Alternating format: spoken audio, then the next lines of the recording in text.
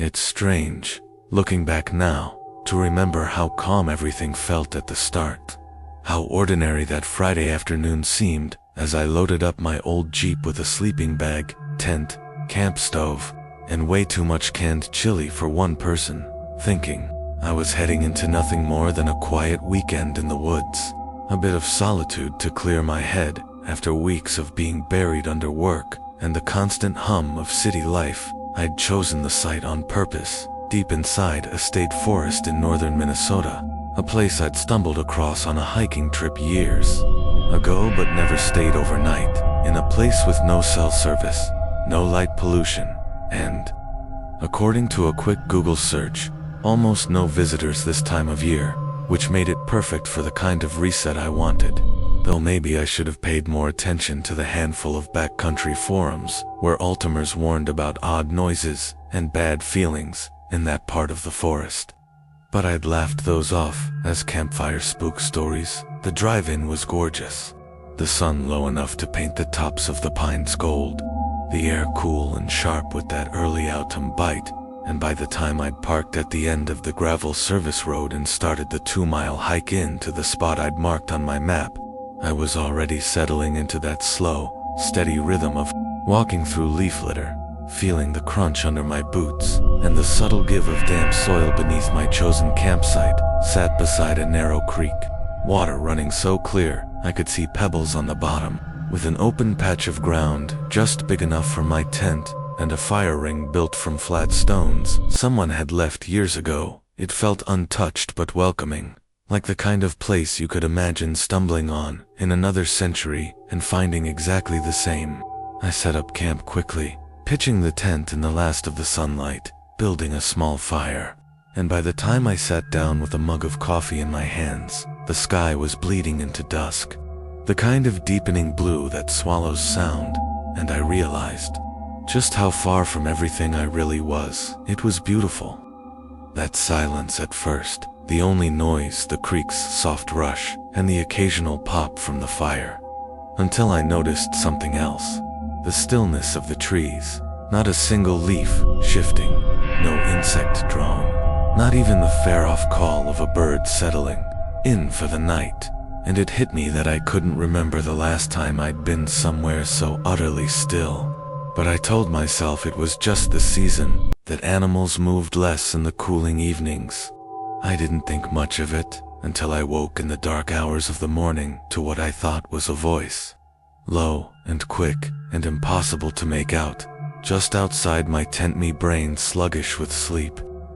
My first thought was that maybe a hiker had gotten turned around and stumbled on my camp, but when I unzipped the flap, the cold air knifing my face, there was nothing. Only the faint glow of my fire's embers and the darker shadow of the forest beyond.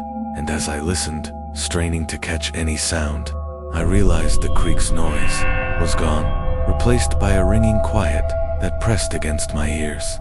And I felt my scalp prickle the way it does when someone is staring at you from behind. I must have sat there for 5 minutes, holding my breath, before the normal sounds returned. Over rocks, wind in branches, and I convinced myself it had been a dream. Crawling back into my sleeping bag, though it took me a long time to fall asleep again the next day, I hiked a loop trail that cut deeper into the forest, mapping it in my head, noting landmarks like an old oak with a lightning scar down its side. But a few miles in, I came across something that made me stop 3 birch trees in a row, their bark stripped away in long vertical patches. And carved into each trunk was the same symbol, a circle with what looked like branching antlers stretching out from it, almost like the stylized skull of a deer, but not quite right. The lines too sharp, the proportions off, in a way I couldn't put my finger on. I touched one out of curiosity and felt an odd warmth in the wood, though the air was chilly, and a faint scent, metallic, almost like blood, drifted up. I told myself it was probably just some local teenagers messing around with carving tools, and I moved on, though I kept glancing over my shoulder more than once. By evening, the forest felt different, heavier somehow, as if the air itself had thickened. And when I got back to camp, I saw something that made me stop cold on the flat rock beside my fire pit. Someone or something had arranged a fan of tiny bones, bird bones, by the look of them, perfectly spaced and pointing toward my tent. I hadn't been gone that long, maybe 5 hours, and I was sure I'd left nothing there. I stood frozen for what felt like a long time, scanning the trees, half expecting to see someone grinning at me from the shadows. But the forest was empty, silent again, and after a while, I swept the bones into the creek, telling myself it had to be some animal's leftovers. Though deep down I didn't believe that night, I built the fire higher, sitting close to the flames until late, and I thought I saw movement between the trees, a pale shape slipping from trunk to trunk, just at the edge of the light, always gone when I turned my head fully. When I finally went into the tent and zipped myself in, it was hard to sleep, every small rustle outside making me tense, and at some point in the dark, I realized I was hearing that voice again, closer now, still too soft to make out, but with a strange rhythm, almost like chanting, and beneath it, another sound, a slow, deliberate scraping, like nails dragging over. When my heart hammered, and I gripped the handle of the hatchet I kept near my bag, telling myself over and over not to open the tent this time, not to look, because some part of me knew that whatever was out there wanted me to see it, and that the moment I did, nothing would ever be the same. I don't think I truly slept at all that night, not in any real sense, because every time my eyes slid shut, I'd jolt awake again to that same faint chanting, the same slow scrape that felt like it was working its way into my skull. And when the pale gray of dawn finally began to seep through the fabric of the tent, I was almost too afraid to move, lying there with the hatchet still clutched in my hand, until I realized the forest was silent again, not even the creek's constant murmur breaking the quiet. And that's when I noticed the smell, not smoke, not earth, but something thick and sweet and rotten all at once, drifting in from somewhere close. Unzipping the flap as quietly as I could, I stepped out into air so cold it bit at my skin, my breath puffing out in pale clouds, and I froze when I saw the fire pit. The stones were gone, every last one, leaving only a blackened circle in the dirt, and at the center, half buried in ash, was the same antlered circle symbol I'd seen carved into the birches, this time traced in what looked disturbingly like blood. Still tacky in the morning light, the smell was stronger here, enough to make me gag, and I backed away toward the creek, only to stop when I realized the water was gone, the creek bed dry as bone despite the steady rains all week. The pebbles that had once been visible beneath running water were now coated in a fine red dust, and my stomach turned over as I noticed small footprints pressed into the damp silt, each shaped like a human foot, but elongated, the toes too long, curling slightly into claw-like tips. I don't know why I didn't just grab my pack and start hiking out right then. Maybe some part of me thought I needed to understand what was happening. Maybe I was still clinging to the idea that there had to be a rational explanation, but instead I walked back into the trees, following those strange tracks without really deciding to. And the deeper I went, the more wrong the forest felt. Light seemed to bend strangely between the trunks, stretching shadows in ways that didn't match the position of the sun, and the air grew warmer, heavy with that copper-bluety scent. After maybe 20 minutes, I found myself in a small clearing I'd never seen before, dominated by a massive dead oak split down the middle, its hollow center filled with bundles of feathers, bones, and strips of faded cloth tied in knots. The footprints circled it again and again, and on the ground in front of it was something that made my throat close, my own lighter, the one I'd left back at camp, sitting beside a fresh pile of bird bones arranged exactly like the fan I'd found on the rock the day before. It was. Then I heard it again, that low chanting, but now it was coming from behind me, close enough that I could feel the vibration of the sound in my ribs. And when I turned, there was movement between the trees, not the quick darting shapes I'd seen before, but something tall, impossibly tall, its head nearly brushing the low branches, its skin a grayish white that seemed to shift like smoke, and from its head jutted antlers, not quite like a deer's, but twisting, branching in unnatural angles. Its eyes were the worst part, not glowing, not human, just two deep pits that seemed to swallow the light around them. And when it tilted its head, the chanting stopped, replaced by a single word spoken in a voice that sounded like it was coming from inside my skull stay.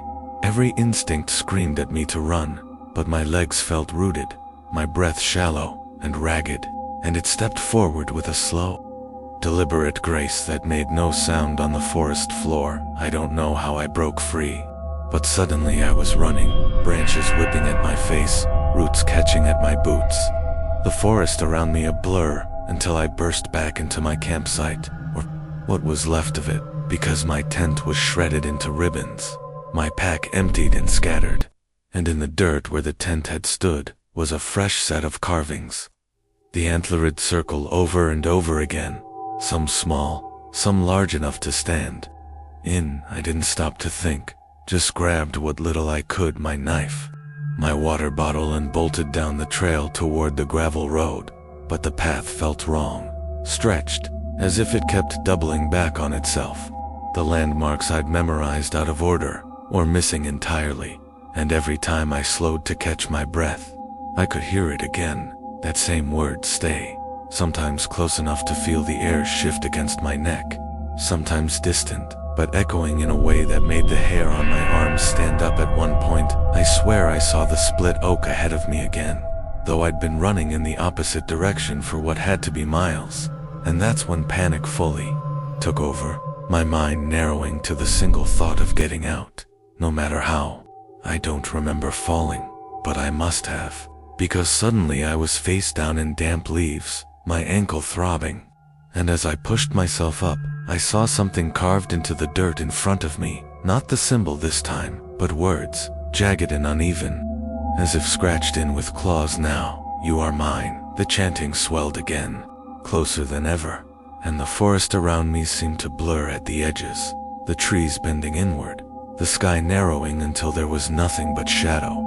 And then silence. When I woke, if you can call it waking, I was lying in the middle of the gravel service road beside my Jeep, the sun high overhead, my clothes torn, my hands scraped raw. The forest behind me looked normal, almost welcoming, and for a moment, I thought maybe I'd imagined all of it, until I turned and saw my reflection in the driver's side window, a thin line of dried blood running from my ear to my jaw. And there, in the whites of my eyes, faint but unmistakable, was the same antlered circle symbol, as if it had been burned into me from the inside. I drove away without looking back, but I haven't been able to sleep since without hearing that word in the dark, that voice curling through my head like smoke, whispering the same command over and over, stay. And deep down, I think it's only a matter of time before I do. If you felt the shadows closing in during that story, if you caught yourself glancing toward the tree line just to make sure you were alone, then you know why I'll never go camping there again. But tell me, would you? Let me know in the comments if you've ever experienced something like this, or if you think you could spend a night where I did. And if you enjoyed this unsettling journey into the dark, remember to hit that like button. It helps keep the fire burning here. Subscribe to Wispinox Whispers so you don't miss the next true tale that will follow you into your dreams. Share this with someone you'd dare to take on a camping trip and see if they'd come back. Until next time, keep your tent zipped and don't listen too closely when the forest calls your name.